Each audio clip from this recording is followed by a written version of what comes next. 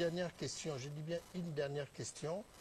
Alors, on entend dans notre pays, je veux dire, un langage hideux et haineux sur les autres compatriotes qui sont venus nous apporter leur force de travail, ce qu'on appelle communément les étrangers.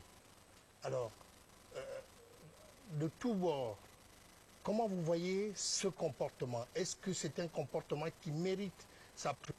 Le pays qui est un pays d'accueil depuis de longues années. On a commencé avec ce qu'on appelait les Sahraouis, les Tchadiens, etc., etc. Les Sénégalais qui sont arrivés ici les premiers, les Kalabaks entre griffes, c'est-à-dire les Nigérians qui étaient arrivés en premier ici et qui ont fait de ce pays un havre d'habitation, une résidence perpétuelle.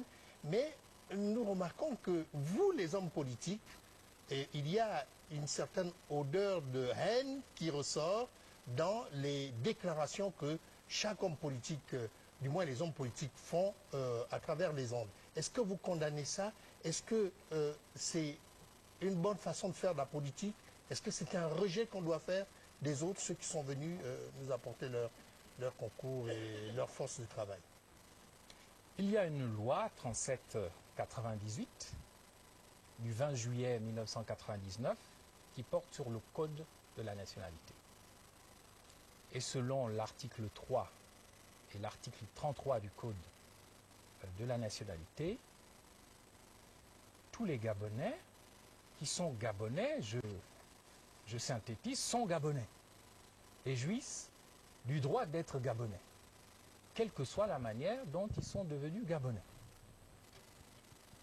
S'il y a par exemple des citoyens ou des citoyennes qui ont une difficulté, par exemple avec une catégorie de citoyens, surtout si ces compatriotes sont du parti au pouvoir, eh bien ayant la majorité au Parlement, il leur incombe de modifier la loi. Mais tant que nous avons des lois, nous devons respecter les lois. Et les lois, le code de la nationalité dit que tout Gabonais est Gabonais. Il n'y a donc pas lieu d'utiliser des noms d'oiseaux pour qualifier des Gabonais.